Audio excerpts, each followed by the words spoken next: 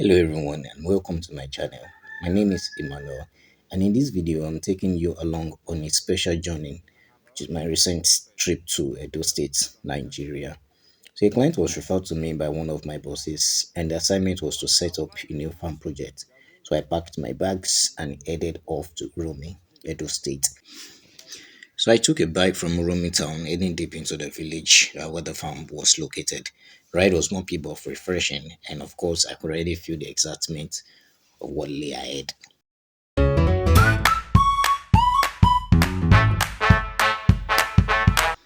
Upon arrival, I was warmly received and lodged in a modest apartment arranged for me. This became my base for the entire farm setup, and although there were some sort of challenges within the apartment, there was issue of scarcity of water. According to the reports, the pumping machine was not working, and of course, electricity was another issue.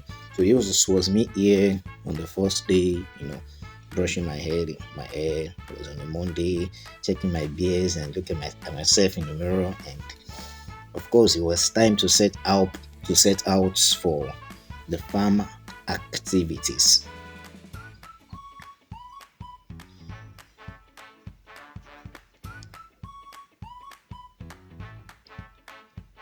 So that was me putting on my my sandals, preparing to set out for the day's work.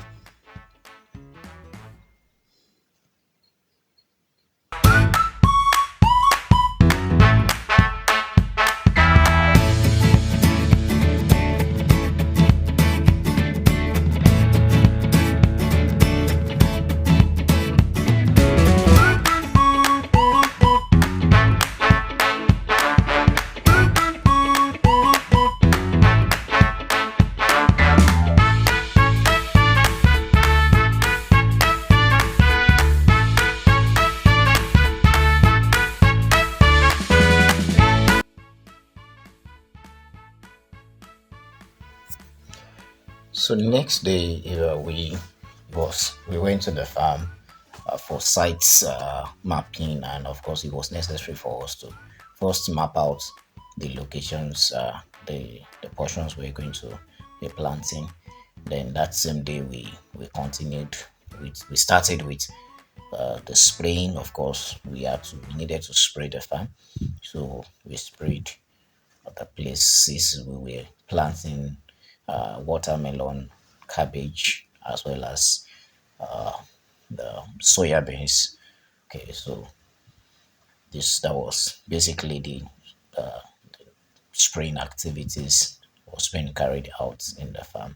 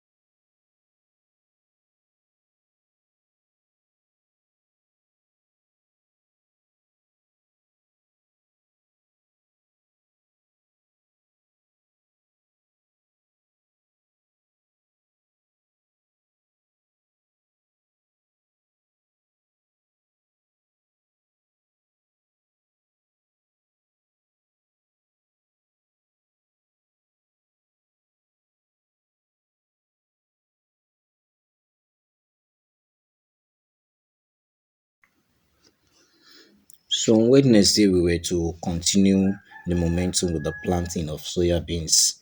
Okay, so we were using a planter, okay, an automatic planter. So this was the planter I was fixing in this place. By this time, the team was working in, of course, in sync. Okay, from spacing and drilling to covering and monitoring. So every stage was carefully executed to ensure a high yield outcome. So this was me basically fixing the planter here. I'm basically fixing the planter to put it into a good working condition. Though we also had some sort of challenges with the planter initially at some points, but then we were able to fix it, and then get it into perfect working condition. So it was a whole lot of beautiful experience on the farm, and yeah, so it was a lot of beautiful experience on the farm.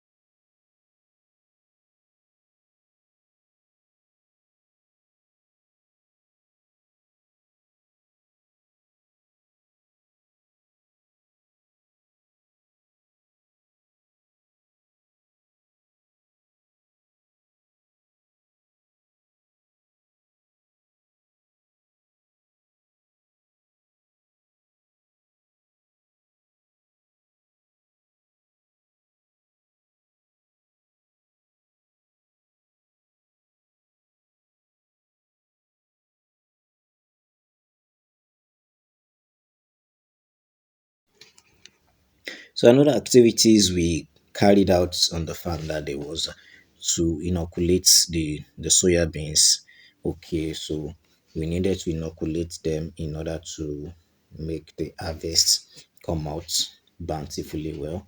Okay, we're projecting a maximum output on 1 hectare. Okay, and that was why we needed to inoculate. So it's and by inoculation it was simply to add some chemical, just like coating of peanuts. We inoculated it, add the chemical, put the soya beans in the bucket, add the chemicals, and in proportion, of course, sprinkle some water. Then we had it coated.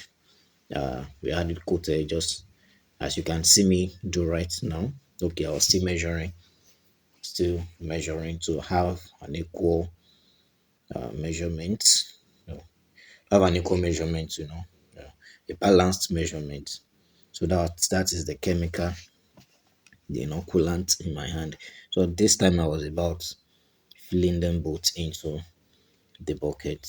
Of course, like I said, in accurate measurement. Okay, so that is what I'm doing right now in the video, of course.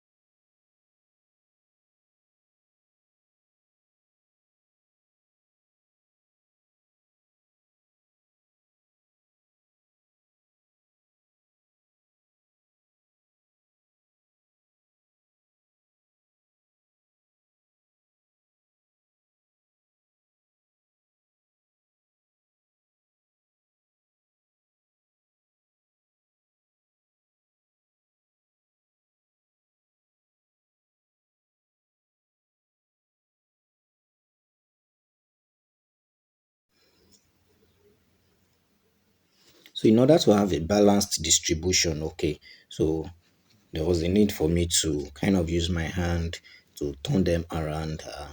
The ones down, and I had to, bring them up somewhat and just keep stirring and for sometimes till we had the chemical evenly distributed, and so that was the first stage of inoculation, and the second stage was simply to spread them under a cool weather condition for, for some just a few minutes. The maximum we used here was 30 minutes. Okay, so the inoculant doesn't kill the seeds, and then they can also as well germinate on time. So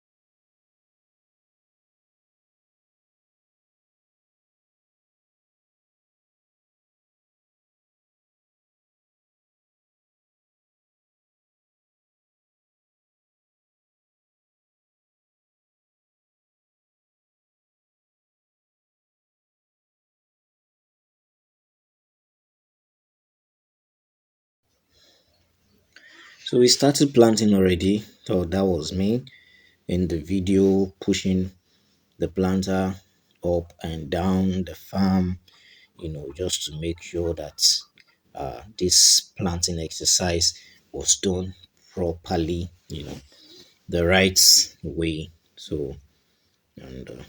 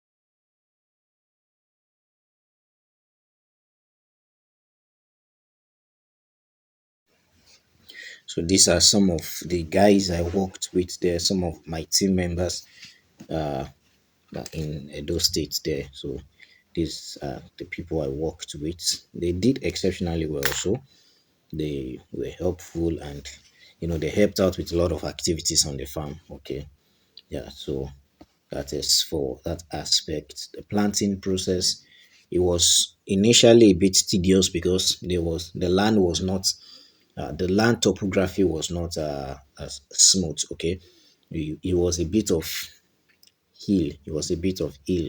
So we had someone pushing it up, and then the other person, pushing it down. So it made work easier.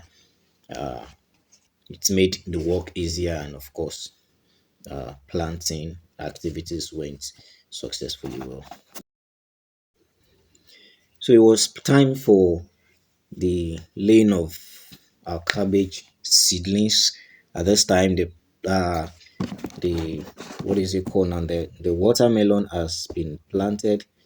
The cabbage, sorry, the watermelon was planted, as well as soya beans. We had planted those, so it was time to set up the nursery. I think this was on a Friday, and this was on a Friday. Okay, so we had to set up the cabbage nursery. We raised roughly 20,000 cabbage seeds using coco peat and organic urea fertilizer.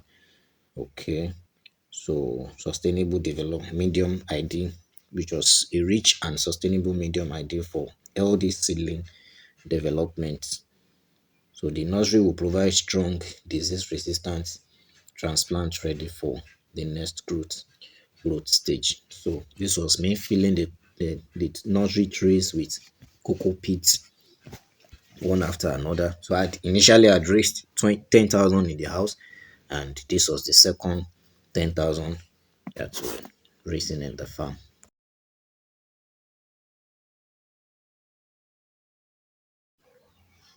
Yeah, so I don't forget, the owner of the farm actually came in here and to join me at some point, and we had to,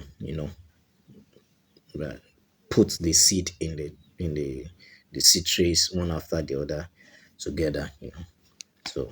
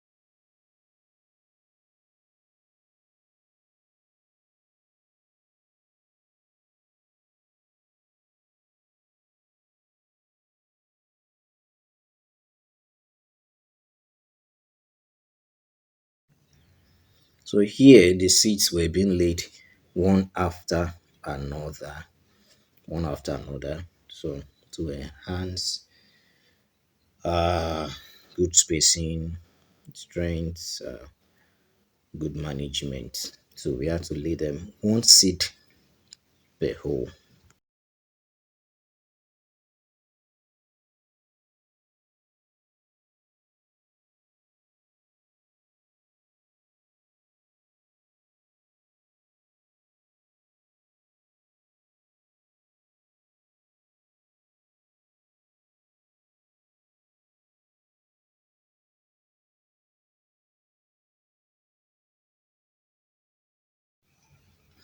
As you can see, the seed has been laid into the the holes, and we're ready to have them go into the nursery house. So this was the nursery house that we prepared. This was the nursery house that was prepared, and these trays have been laid on a raised bed. So the reason for this is to help the cabbage by the time they begin to sprout up, to help them gain nutrients on time, because we are well aware that cocoa peat has no nutritional content. So it was necessary for us to provide that, and a way of doing that was raising our bed, placing our trees on a raised bed. So that was the whole activities that were carried out in the farm. The owner of the farm was here, and some other members of the farm community, and of course, were the farm staff were present here during most of the whole activities. So after several days of productive work, it was time to head back. So thanks for watching. If you enjoyed this video or learned something new, don't forget to like, share and subscribe to the channel. More exciting agricultural journeys and farm insights are coming your way. Till next time, this is Emmanuel signing off from the field, where every seed is a story in the making. So I hopped back on the bike and from the village returning to Uromi and began my trip back to my base in Ibadan.